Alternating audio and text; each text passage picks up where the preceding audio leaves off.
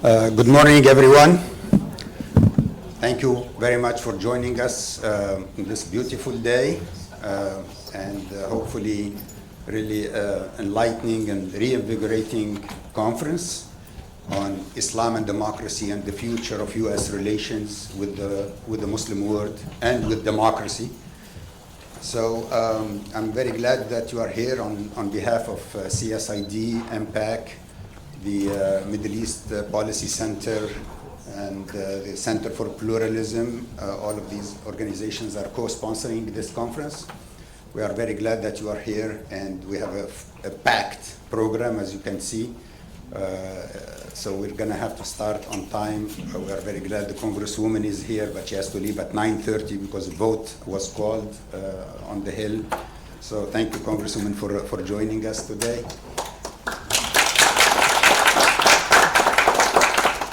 So the main challenge is to stay on time because we have so many excellent speakers from all over the world. We have speakers who came from India and Pakistan and speakers who came from France. So it's a really wonderful to see you all today. Thank you very much. So without further ado, let me introduce Asma Afsaruddin, the chair of the board of CSID, to welcome you and say a few remarks. Asma?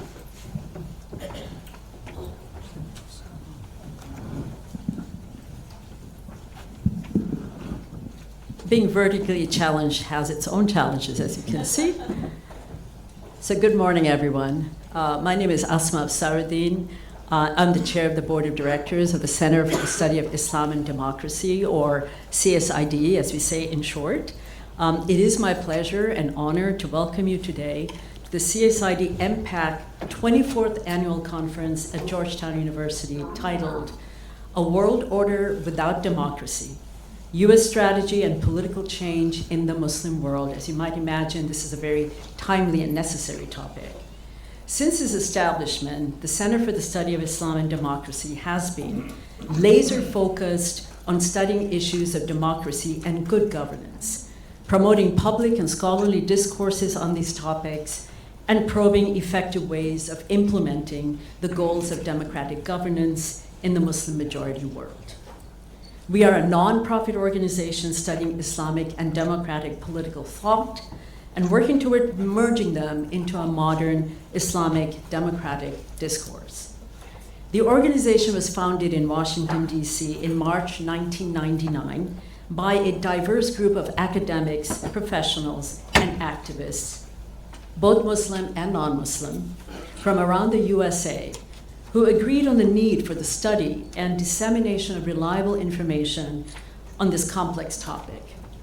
In the last 23 years, our annual conference has dealt with a whole host of issues that reveal the complexities and challenges of nurturing democracy in the Muslim-majority world. As our publicity materials for this conference emphasized, this year's conference brings together a remarkably diverse group of voices, including members of Congress, former senior U.S. officials, leading scholars of Islam and democracy, human rights advocates, and policy experts to examine one urgent question: can global stability be sustained without democracy, accountability, and human rights? As we are all aware, democracy is under renewed attack globally, and authoritarianism seems to be on the rise everywhere we turn. For the last several years at our annual conference, we have been sounding the alarm that democracy and democratic processes are facing an existential threat, in so much as their desirability itself and its necessity are being increasingly questioned, even in well-entrenched democracies like the United States, where we thought we were immune to such anti-democratic forces. All the warning signs remind us that we must be ever vigilant against the forces of authoritarianism and tyranny that seek to undermine democratic processes. The carnage that we witness in Gaza and the continuing hostilities between the US and Iran raise dire questions about the viability of the current international order and what the concept of human rights actually means when some human lives are clearly valued more than others. Appropriately then, our program today includes conversations on the timely topics of democratic backsliding and authoritarianism, Islam, pluralism, and governance, Gaza and the future of Israel-Palestine, U.S. strategy in the Muslim world, and human rights and international order. We have lined up an exceptional cohort of policymakers, scholars, journalists, and practitioners who will be discussing throughout the day the burning issues of democracy, human rights, and the future of U.S. engagement with the Muslim majority world. We are particularly pleased to have among us speakers and participants who include Representatives Pramila Jayapal and Representative Jim McGovern, Robert Malley, Mustafa Akyol, Shadi Hamid, Josh Paul, and many others. We're also fortunate to have a distinguished keynote speaker today, Dr. Akbar Ahmed, and a very distinguished friend and ally of CSID, Dr. John L. Esposito, who will be joining us later in the afternoon. As we like to boast, CSID remains one of the few public forums that can bring together such a broad range of speakers from different perspectives for a policy-focused conversation that is informed by serious research on and deep understanding of the future of the global order and democratic governance.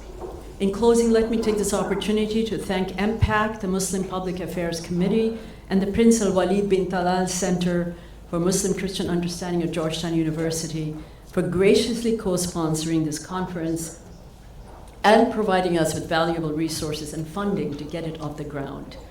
We particularly owe a debt of gratitude to Salam al-Marayati from MPAC and Dr. Nader Hashmi from the Al-Walid Center for their critical assistance and cooperation in helping to make this conference a reality. So without further ado, I cede the floor to my colleague, Salam al-Marayati, for his comments. Thank you all for being here, and along with all of you, I look forward to rich, thoughtful, and provocative discussions throughout the day. Welcome.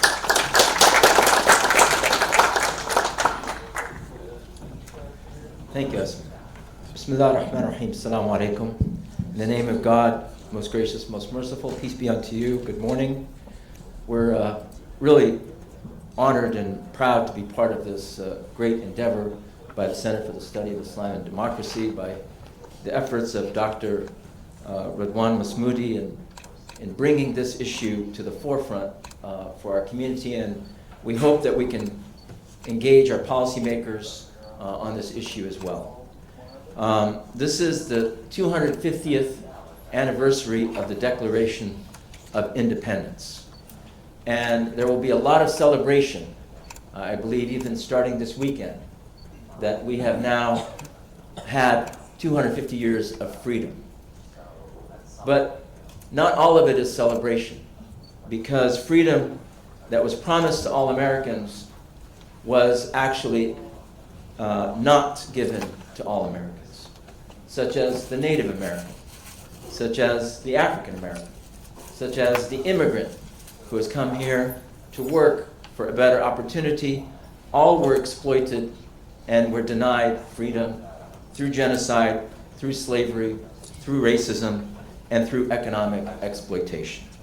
And so how do we navigate celebrating freedom that we are enjoying as Americans, but offering hope and a pathway to full freedom and fulfilling America's promise for all Americans?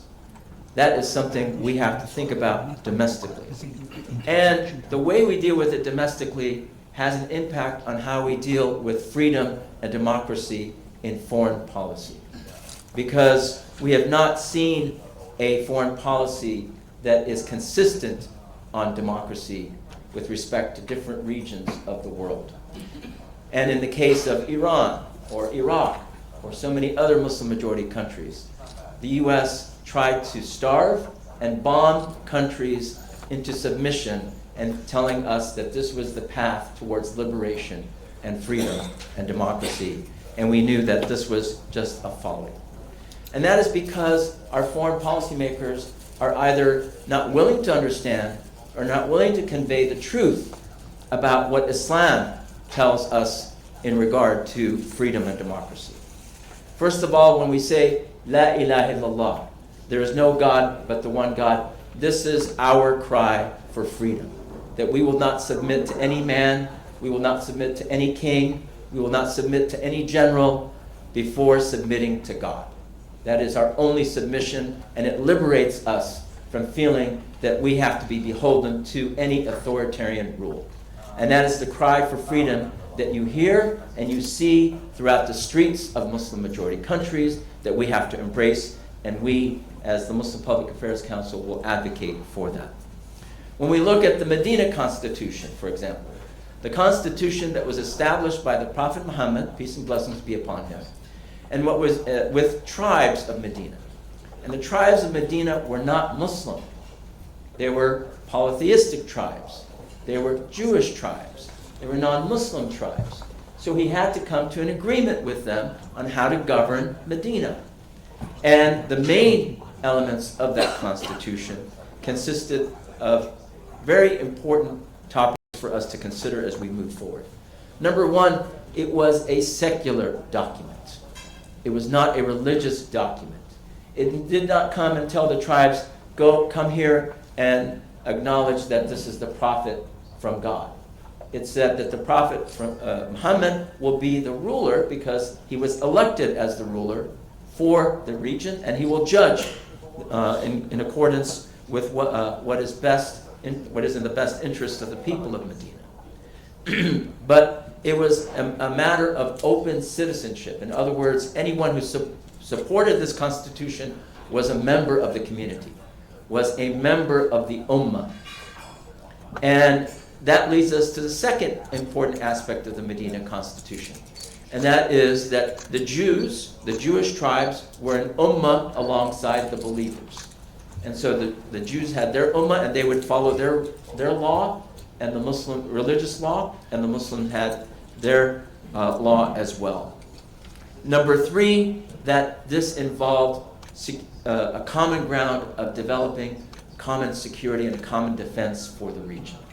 And number four, there would be mutual consultation among all the tribes, and this was the democratic fabric that transformed the tribes into one community, an ummah, as we say in America, one nation under God. So these aspects are very important for us to move forward in understanding. We've had 250 years after the Declaration of Independence. We've had 1,500 years after the Medina Constitution.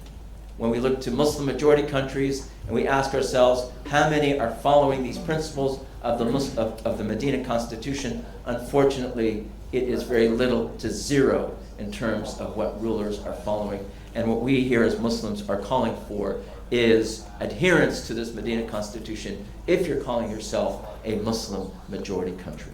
Islamic kingdom or Islamic rule or Islamic government, whatever you call yourself, you must abide by these principles if you call yourself by that name. Now, on the Hill, there was a few days ago, there was a hearing on what was called the Sharia Free Caucus. And the Sharia Free Caucus was anything but educating people about what Sharia is. It was just a way of bashing Islam and Muslims. Unfortunately, 250 years ago, the same sentiment was given to Muslims, that they came from a tyrant background, a background of tyranny, and were not afforded the same rights. But the founders of our country established the clause that says we will not impose religion on any people. There is the establishment clause that government will not form any religion, very similar to what the Quran says, La ikraha fi din. There is no compulsion or force with matters to religion. The important thing to keep in mind when it comes to Sharia, this simply means the way. So yes, the Quran has the way to God, but even Christianity has the way to God, and it's called Jesus. Jesus is called the way in Christianity. And there's Jewish law, which is the way to God. And the Quran says, لِكُلٍّ جَعَلْنَا مِنْكُمْ شِرْعَةً وَمِنْهَاجًا. To each of you, we've made a different law and a different way. And if it were God's will, he would have made you into one, but he will test you with the different revelations that he's given you. And then he tells us, if you want to compete compete by doing the good work. He didn't say compete by trying to argue who's better and who's worse, but compete by doing the good work. And so we as the Muslim Public Affairs Council, with our coalition partners, with CSID, with all of you, with the many Jewish, Christian, and other civic organizations we work with, our responsibility, our charter, is to be true to the covenant that we have promised to uphold. And that covenant is the Declaration of Independence and the United States Constitution.